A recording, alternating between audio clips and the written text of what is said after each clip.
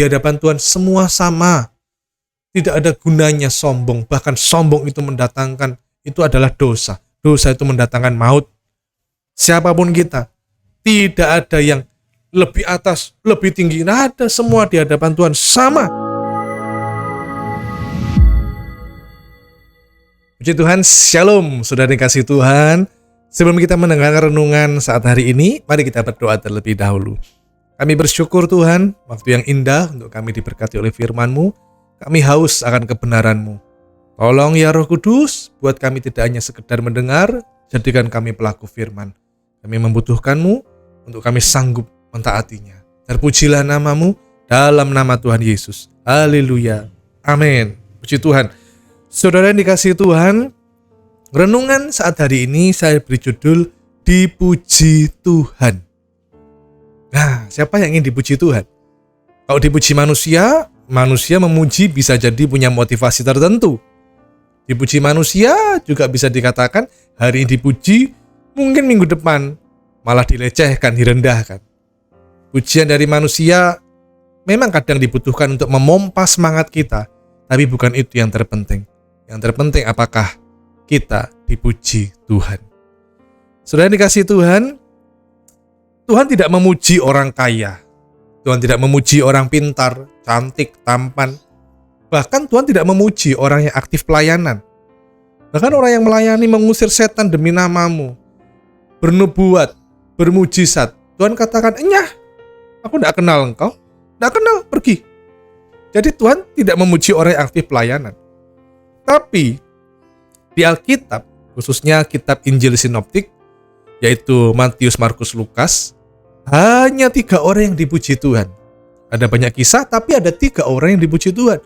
Yang pertama, perwira Kapernaum. Ya, kita tahu kisahnya, hamba dari perwira Kapernaum sakit, lalu Tuhan, "Aku akan ke rumahmu." Perwira ini bilang, "Tidak usah Tuhan, sudah ngomong sepatah kata aja." Tuhan bilang, "Wow, tidak pernah aku jumpai iman seperti orang ini bahkan sekalipun di antara orang Israel." Wah, luar biasa ini iman seperti ini. Kisah itu yang pertama. Dipuji Tuhan. Yang kedua, wanita yang 12 tahun pendarahan. Imannya dia hanya dalam hati punya iman, asal ku jamah jubahnya. Dan wanita ini mengalami kesembuhan. Tuhan memujinya. Mengapa? Murid-murid yang setiap hari dekat dengan Yesus tidak pernah punya pikiran, hatinya tergerak, ku jamah jubah Yesus. Tidak pernah. Gak pernah, ya, hanya ngikut aja, ngiring aja, ya ngikut aja kemana gurunya berkikut. Tapi wanita ini punya pikiran imannya, kalau saja ku pegang, asal ku pegang jubahnya, aku sembuh. Kisah kedua, yaitu wanita 12 tahun pendarahan, dipuji Tuhan. Dan yang ketiga, yang hari ini akan kita bahas, saudaraku, tentang wanita Kanaan yang percaya. Apa pujian Tuhan kepada wanita Kanaan ini? Mari kita lihat dalam Matius pasal 15 ayat 21. Matius pasal 15 ayat 21 sampai dengan ayat 28. Dikatakan demikian. Judul peringkup Matius pasal 15 ayat 21, perempuan Kanaan yang percaya. Lalu Yesus pergi dari situ dan menyingkir ke daerah Tirus dan Sidon. Maka datanglah seorang perempuan dari daerah itu dan berseru, "Kasihanilah aku ya Tuhan anak Daud, karena anakku perempuan kerasukan setan dan menderita." Tetapi Yesus sama sekali tidak menjawabnya. Lalu murid-muridnya datang dan meminta kepadanya, "Suruhlah ia pergi, ia mengikuti kita," dengan berteriak-teriak. Ayat 24, jawab Yesus, "Aku diutus hanya kepada domba-domba yang hilang dari umat Israel." Tetapi perempuan itu mendekat dan menyembah Dia sambil berkata, "Tuhan, tolonglah aku." Tetapi Yesus menjawab, "Tidak patut mengambil roti yang disediakan bagi anak-anak dan melemparkannya kepada anjing." Kata perempuan itu, "Benar Tuhan, namun anjing itu makan remah-remah yang jatuh dari meja tuannya." Maka Yesus menjawab dan berkata kepadanya, "Hai ibu, besar imanmu, maka jadilah kepadamu seperti yang kau kehendaki." Dan seketika itu juga anaknya sembuh. Saudara yang dikasihi Tuhan, Yesus memuji wanita ini. Dikatakan, "Hai ibu, besar imanmu. Marilah hidup kita juga rindu, Tuhan, pujilah aku, hidupku Tuhan. Aku harus bagaimana supaya Tuhan memuji aku. Seperti wanita ini, Tuhan memuji, hai ibu besar imanmu. Ternyata yang dipuji Tuhan, orang yang memiliki iman yang besar. Besar iman ibu ini. Dia sudah memiliki iman yang benar, yaitu tertuju kepada Tuhan, mencari Tuhan, mendekati Tuhan. Dan Tuhan bilang, besar imanmu. Bagaimana supaya kita memiliki iman yang besar seperti ibu ini, sehingga Yesus memuji kita, kita dipuji oleh Tuhan? Bagaimana? Yang pertama, saudaraku, Matius pasal 15 ayat 22, maka datanglah seorang perempuan Kanaan. Apa maksudnya topik hanya kalimat datanglah seorang perempuan Kanaan?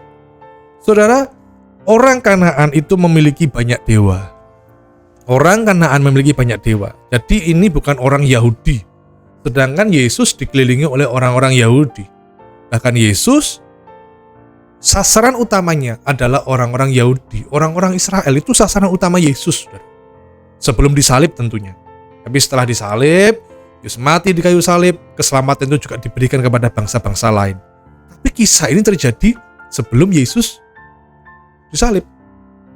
Jadi memang sasaran utamanya adalah orang Israel, orang Yahudi. Sehingga di dalam ayat yang ke-24, jawab Yesus, aku diutus hanya kepada domba-domba yang hilang dari umat Israel. Dan ini memang benar. Sedangkan wanita Kanaan ini siapa? Dia bukan orang Yahudi. Tapi dia mau mendekati Yesus. Di dalam kitab Markus, saudaraku ya, Markus pasal 7 ayat 26. Perempuan itu seorang Yunani bangsa Siro-Fenisia. Apakah perempuan ini bangsa Yunani atau orang Kanaan? Saudaraku, kalimat perempuan itu seorang Yunani, ini artinya bukan berarti perempuan ini bangsa Yunani, bukan. Karena kata-kata Yunani itu adalah kiasan atau sebutan bagi orang-orang di luar orang Yahudi. Saya ulang, kata-kata bangsa Yunani, seorang Yunani, itu di dalam kisah ini, Markus pasal 7 ayat 26, itu adalah kiasan bahwa orang itu bukan orang Yahudi, sehingga disebutnya orang Yunani. Bukan berarti orang itu adalah orang bangsa Yunani, dari bangsa Yunani, bukan. Coba kita dalam Roma pasal 2 ayat 10. Roma pasal 2 ayat ke-10. Tetapi kemuliaan dan kehormatan dan damai sejahtera akan diperoleh semua orang yang berbuat baik, pertama-tama orang Yahudi dan juga orang Yunani. Perbandingannya hanya dua, orang Yahudi dan juga orang Yunani. Coba Roma pasal 10 ayat yang ke-12. Roma 10 ayat ke-12 dikatakan demikian. Sebab tidak ada perbedaan antara orang Yahudi dan orang Yunani, karena Allah yang satu itu adalah Tuhan dari semua orang, kaya bagi semua orang yang berseru kepadanya. Perhatikan, Roma 10 ayat 12. Sebab tidak ada perbedaan antara orang Yahudi dan orang Yunani. Lihat, perbedaannya hanya dua, Yahudi, Yunani. Artinya apa? Orang Yahudi ya orang Yahudi, bangsa Israel.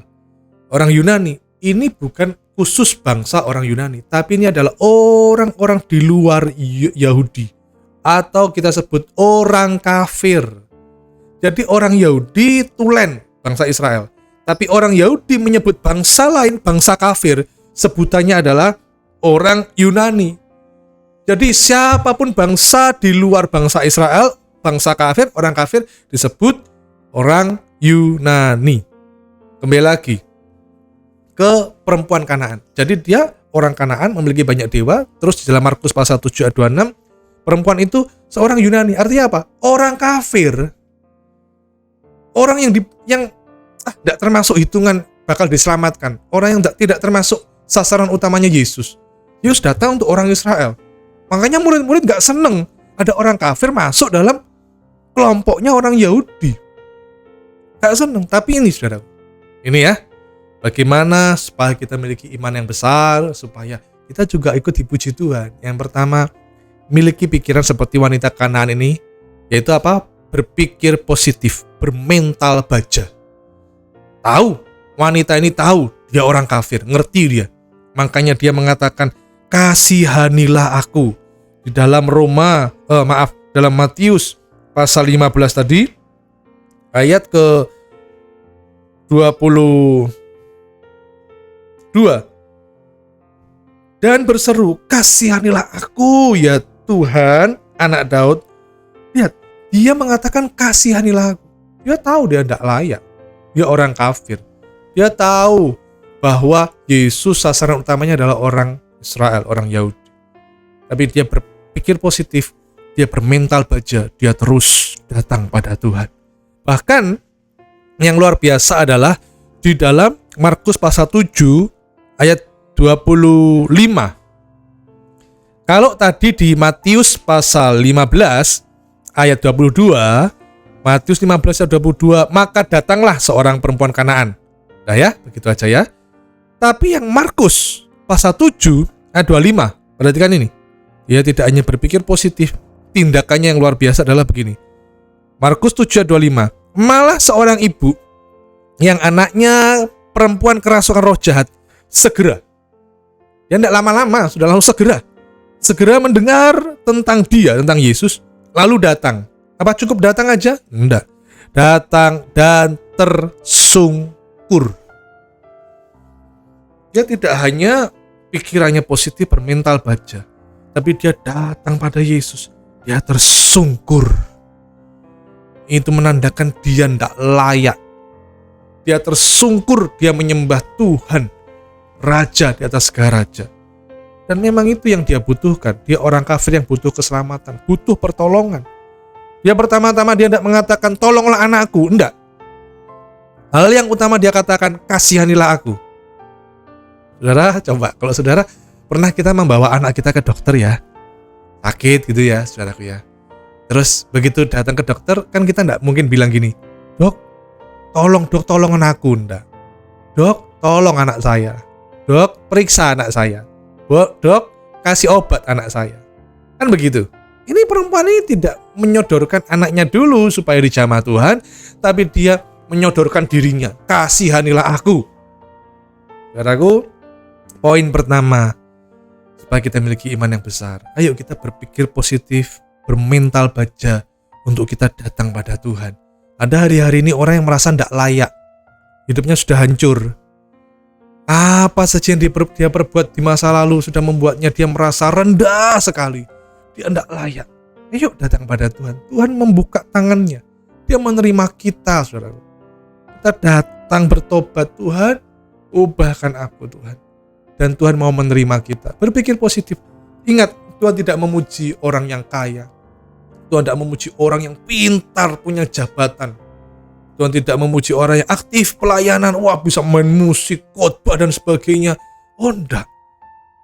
Siapapun yang kita datang pada Tuhan, berpikir positif, bermental baja, Tuhan menerima kita, saudara.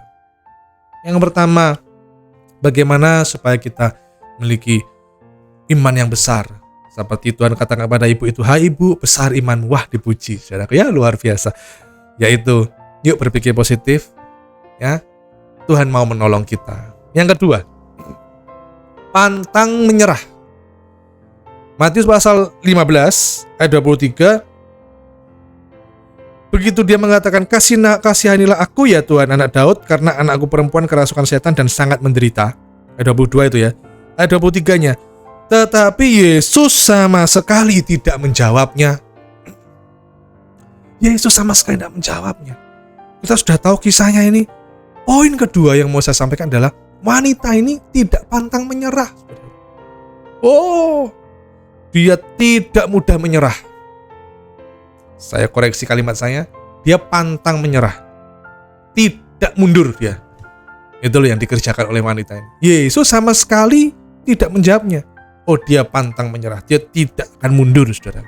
Perhatikan kalimatnya. Yesus sama sekali tidak menjawabnya.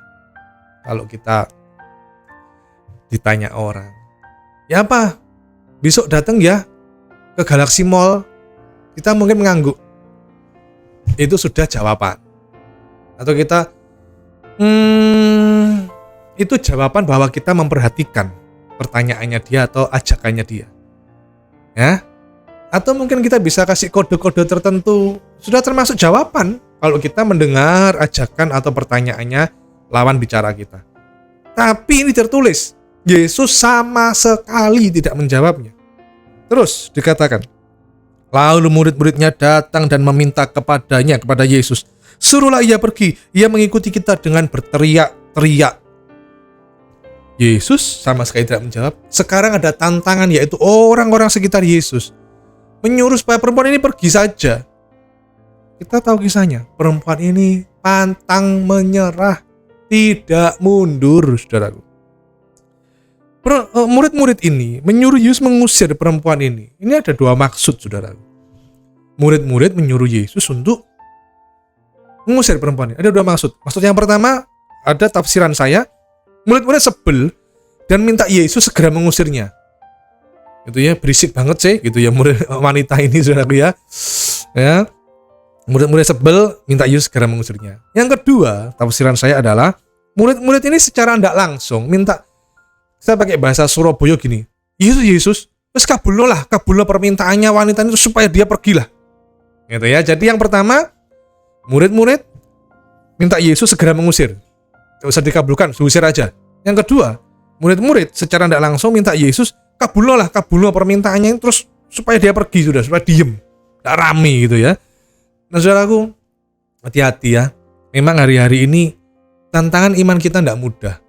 Kita maju, mau terus aktif ikut Yesus, menyala-nyala ikut Tuhan. Tapi tantangan itu ada aja. Saya tidak bicara tantangan di luar orang Kristen, orang percaya. Bahkan di dalam gereja sekalipun ada orang-orang yang tidak suka dengan orang-orang yang mau maju melayani Tuhan.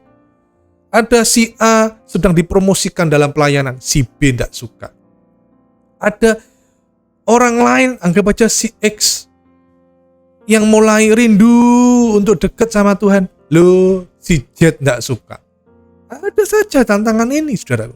Dimanapun, di dalam rumah tangga, suami mau maju, istri tidak mendukung. Oh, ada. Ya, istrinya mau maju, aktif, senang doa, senang melayani, senang ibadah. Suaminya keras, suaminya melarangnya dan sebagainya. Bahkan ada juga mungkin oma opa yang mau maju, saudaraku, ya ikut Tuhan itu, wah senang semangat, dilarang oleh cucunya, dilarang oleh menantunya dan sebagainya.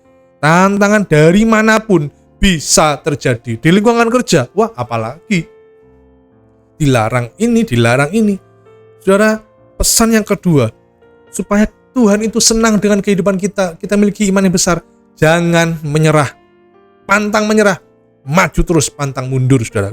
Ada lagu, ku tak akan menyerah pada apapun juga, sebelum ku coba semua yang ku bisa. Saya tahu, tidak mudah. Saya mengatakan seperti ini, saya pernah mengalami. Dijegal oleh teman sepelayanan, sama-sama pendeta. Tapi singkat cerita, kebenaran itu terbit seperti surya, dan Tuhan membuka jalan yang baru. Sudah, di tengah-tengah kita lemah, sepertinya mau maju berat sekali. Iman ini mau bertumbuh kok rasanya susah sekali, ada aja tantangannya. Ada sebuah lagu, segala perkara dapat ku tanggung di dalam Dia yang memberi kekuatan. Suatu saat saya mendapat sebuah undangan. Ya, saya anggap ini umurnya wanita ini di bawah saya umurnya, dan dia pelayanan singer. Dia mengundang saya, "Ko, aku mau nikah nanti tanggal sekian. Datang ya." Loh kok nikahmu tanggal sekian, kan hari Jumat. Kok nikah enggak hari Sabtu atau hari Minggu gitu loh. Pemberkatan nikah biasanya kan Sabtu atau Minggu. Wanita ini yang biasanya singer, dia menjawab, "Iya kok, datanglah di pernikahanku hari Jumat, karena ya nikahnya itu di hari Jumat, ibadahnya itu hari Jumat."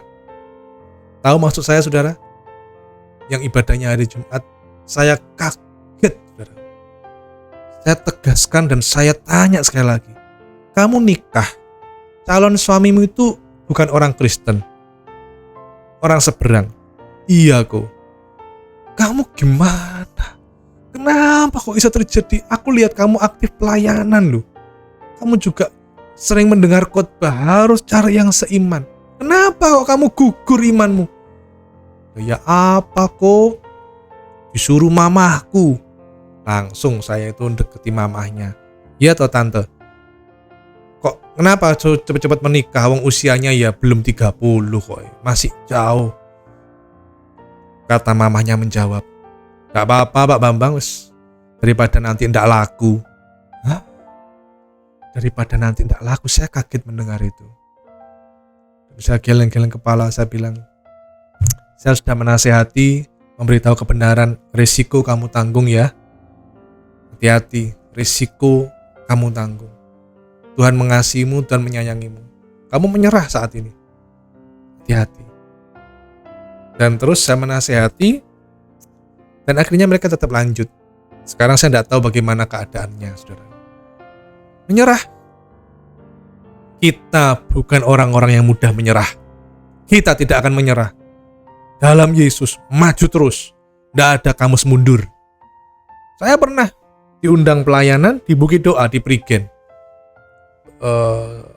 Tahun berapa itu saya lupa, tahun 2016 atau 2017 atau 2018. Saya melihat waktu puji-pujian yang WL seorang wanita dan dia kesaksian, puji Tuhan, saya baru menikah kira-kira berapa minggu yang lalu dan saya mendapatkan jodoh pemusik di gereja. Wah, saya langsung mendengar itu, wah ini yang WL perempuan dapat suami pemusik, pemain bass di gereja.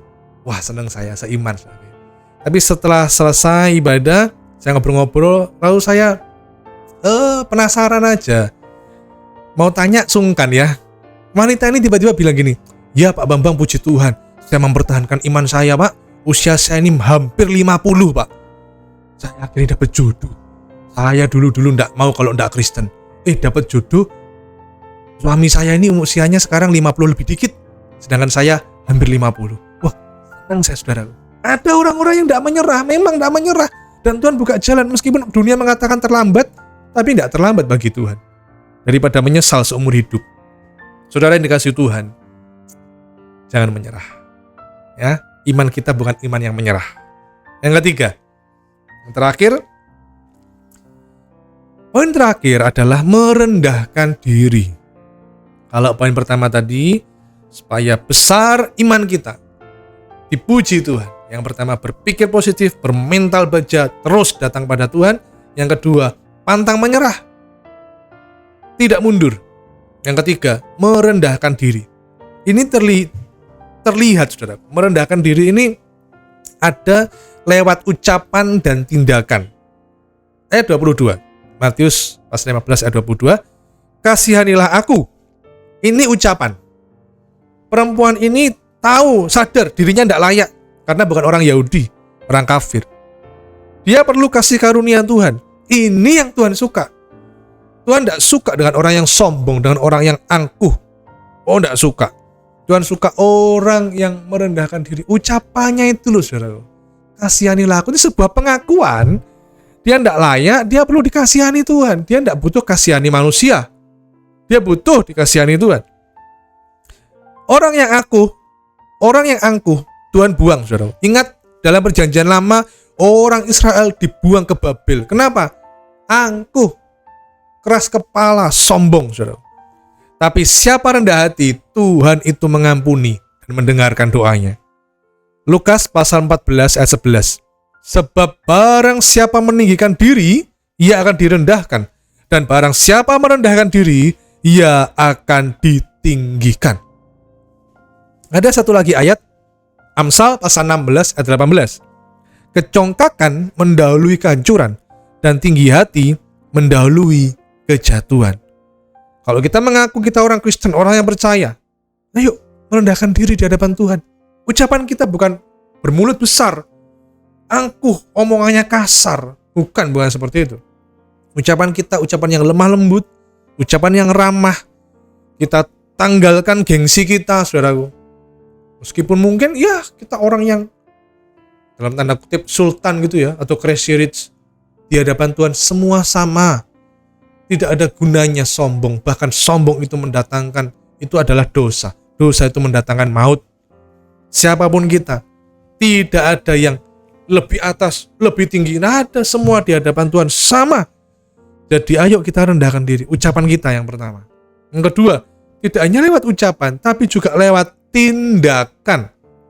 Ayat 25. Tetapi perempuan itu mendekat dan menyembah dia sambil berkata, Tuhan tolonglah aku. Dia tidak hanya mendekat, tapi dia menyembah. Kerendahan hati dari perempuan yang terlihat dari ucapannya. Dia butuh Tuhan, dia butuh pertolongan Tuhan. Yang kedua, tindakannya yaitu menyembah. Dari bahasa Yunani-nya proskuneo. Artinya seseorang yang sampai dia itu dilosor ke lantai. Bukan hanya menyembah angkat tangan, bukan hanya berlutut, menengadahkan wajah. Bukan soal itu menyembah, tapi ini gambarannya orang yang sampai dilosor di lantai, dilosor di tanah, saudara.